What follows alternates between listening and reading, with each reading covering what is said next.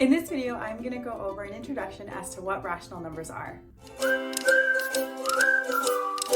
Okay, before I get started, here are a couple of things. The first thing I kind of want to draw your attention to are these nesting dolls right here. So if you know anything about these dolls, essentially the smaller one fits inside the bigger one and it keeps going. When we're looking at rational numbers, that's more or less what we're doing. I'll explain that in a minute. The other thing I wanted to point out is I do have this printable out here that you can print out and use while I'm going through the lesson, or you can watch the lesson as it goes through. That's up to you. And finally, as I go through and explain these rational numbers, I'm kind of going to take like a journey through your math learning to make sure it all makes sense. So I know that sounds lame, but I promise you it's gonna work. All right, so let's dive into this sheet right here. Like I said, with those nesting dolls, we have our natural numbers, and then that is going to be contained inside the whole numbers, which are contained in the integers, which are contained in the rational numbers. Now, if we notice off to the side here, we've got our irrational numbers. I'll come back to that kind of towards the end of this lesson. So when we think about our mathematical journey, when you all were little and you were learning to count, you probably started counting 1, 2, 3, and so on and so forth. So when it comes to natural numbers, those are our counting numbers. They're the numbers that we learned when we naturally started to count. So that means examples of our natural numbers are going to include what I just said, our counting numbers. So 1, 2, 3, 4, so on and so forth. And then as we continued with our mathematical journey of learning, you then learned that there's a number called 0, which means nothing. So that contains our whole numbers. So our whole numbers are going to be 0, 1, 2, and you get the idea. So far so good. Those are the numbers that kind of make sense, if you will, because they are the numbers that we were exposed to the most. Now, again, on our mathematical journey, we then started to look at integers. And this is probably where math became a little bit confusing for you.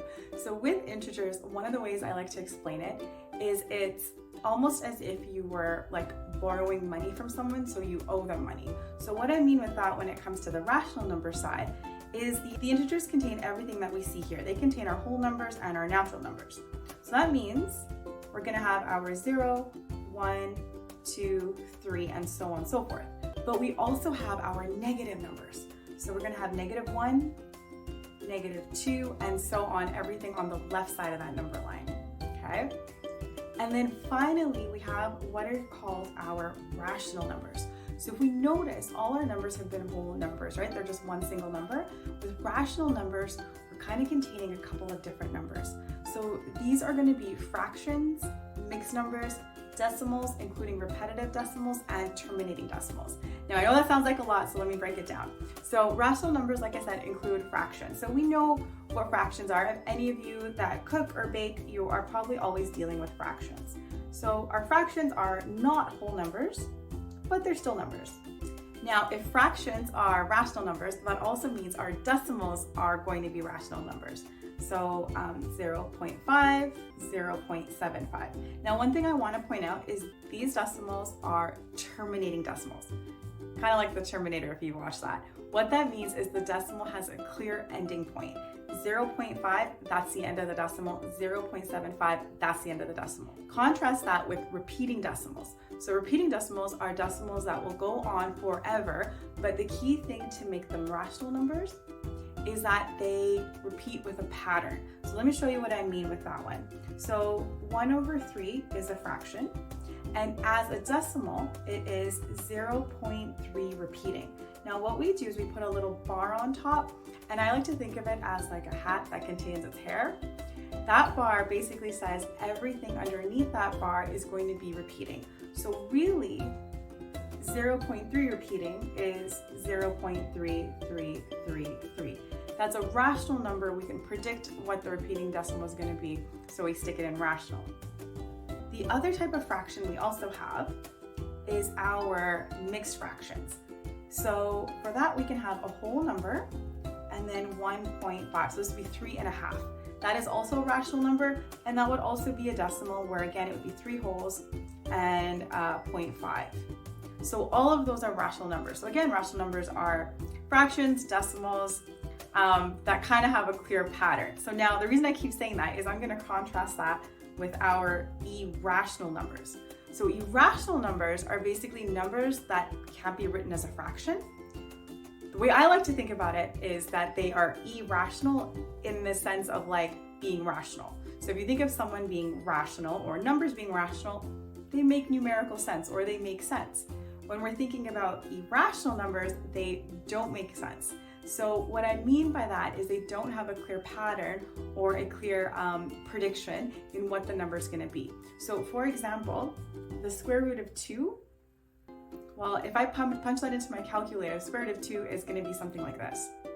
We don't know what the next number is going to be. Contrast that with like the square root of 9, well, that's going to be 3, so that would just be a whole number.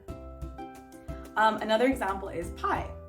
Pi is a great number used for calculating aspects of circles, but we don't actually know what the number is going to be. In fact, pi is going to be 3.1415965, so it goes on without a pattern. Another one is going to be like the square root of 8. Again, doesn't have a clear pattern, but it's still a number. It's just a number that doesn't make sense. Okay, so I just have a couple of examples here that are circled on the screen for you.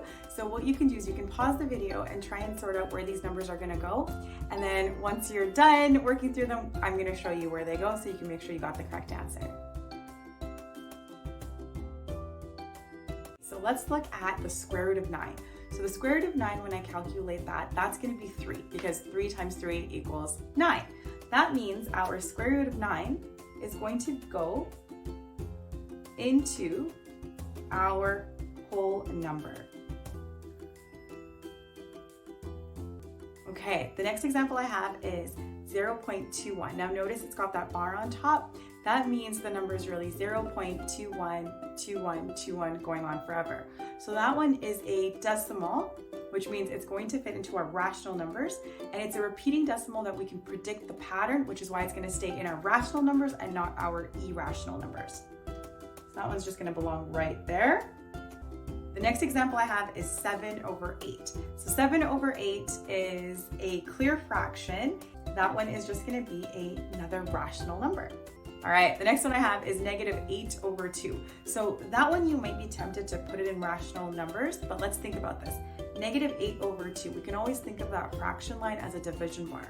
So 8 divided by 2, that's going to give us 4. Now it's a negative, so a negative divided by a positive is still going to give us a negative. So this one actually gives us a negative whole number, meaning that it is going to be an integer, because when it's simplified, it gets simplified to -4.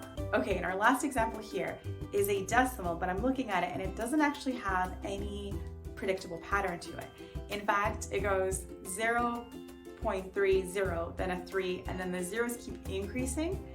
So it doesn't really have a predictable pattern. Therefore, it is not a rational number, but an irrational number. Okay, so I hope that helped. Just as a reminder, I do hold one-on-one sessions to make sure this concept is super, super clear, and I wish you all the best in your studying.